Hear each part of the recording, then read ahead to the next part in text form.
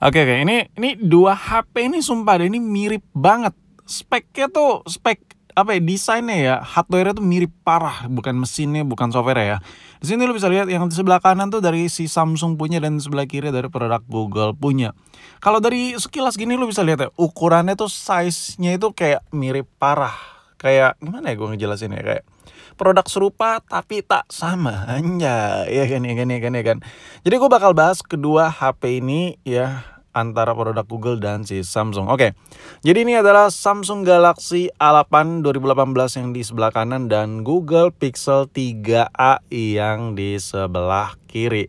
Lo bisa lihat kedua HP ini tuh dari produsen yang berbeda, tapi sumpah kalau ngomongin soal desain kedua HP ini mirip banget ya. Dan oke, kita lihat dulu. Mainin dulu nongol. Nah, si Pixel itu tahun 2019 sedangkan si Samsung lahirnya tahun 2017. Oh ya, by the way kedua HP ini harganya sama ya. Jadi harganya tuh bukan sama ya, lebih ke mirip-mirip. Mirip, kedua HP ini harganya mirip, sama-sama di sejutaan, di bawah 1,5 gitu. Tapi desainnya mirip-mirip juga ya, sama-sama ada warna black juga. Nah, kita bahas dari Pixel dulu. Kalau modal sejutaan, saran gue lebih untung, lebih menang banyak sebenarnya ambil Pixel sih.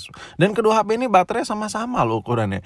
Tapi kalau lo mau kenyamanan, ketentraman pakai, ambil si Samsung. Nah, kedua HP ini punya karakter yang berbeda meskipun kedua HP ini mirip-mirip ya, meskipun harganya juga mirip-mirip. Anjir, ini kembar tapi tak serupa nih kedua HP. Ini kembar yang tak direncanakan sepertinya ya kan. Oke, gue bakal bahas. Coba lu tonton dulu kena bisa semirip apa sih sampai gue bilang mirip kedua HP ini. Nanti lu kaget deh ngeliat nih.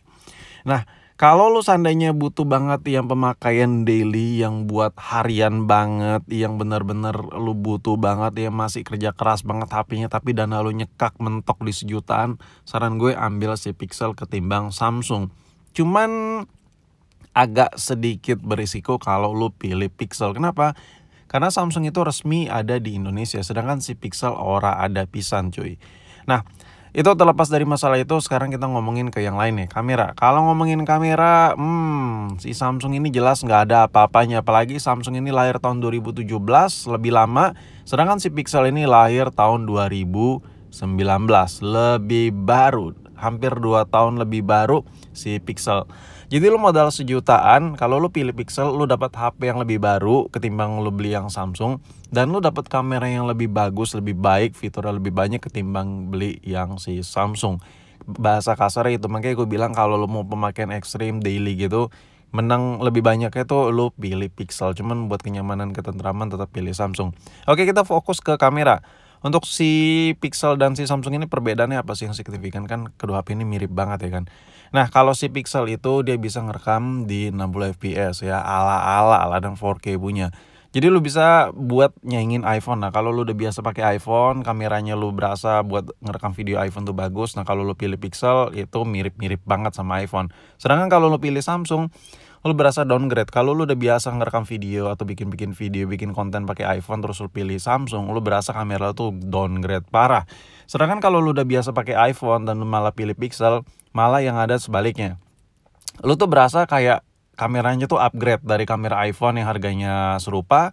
Jadi kamera itu fiturnya jauh lebih banyak, jauh lebih bagus hasilnya. Ini gua ngomongin di harga di di pangsa pasar yang sama ya, di budget sejutaan gitu ya. Jadi kalau lu pilih Pixel lu berasa kameranya kayak upgrade.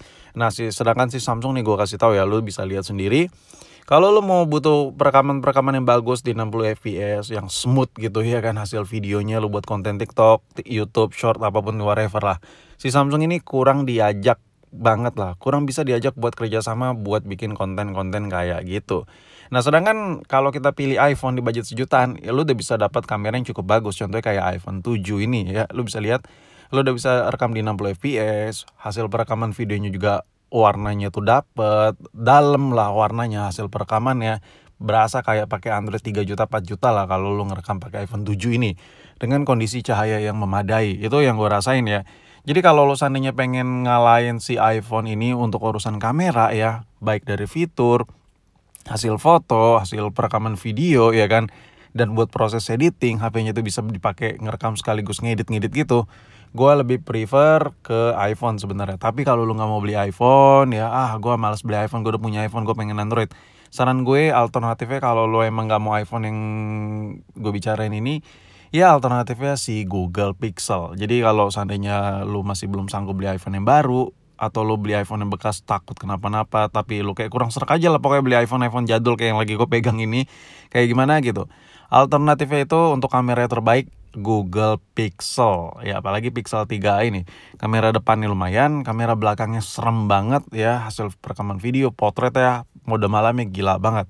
Jadi menurut gue kalau urusan kamera Google Pixel menang lah kemana-mana. Panjang banget bacotan gue kalau masalah kamera Pixel.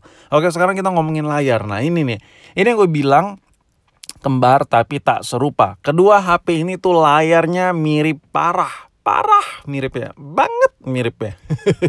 Lu bisa lihat lah kedua HP ini. Kalau dari jauh tuh kayak susah gitu ngebedainnya, tapi Sartuasi Samsung tuh yang beda. Nah, kalau dari spek lu bisa lihat ya, Google Pixel 3a ukuran layarnya 5,6 inch. Si Samsung A8 juga sama 5,6 inch. Di sini lu juga bisa lihat kerapatan PPI-nya juga sama, Google Pixel 441 PPI, si Samsung juga 441 PPI boy.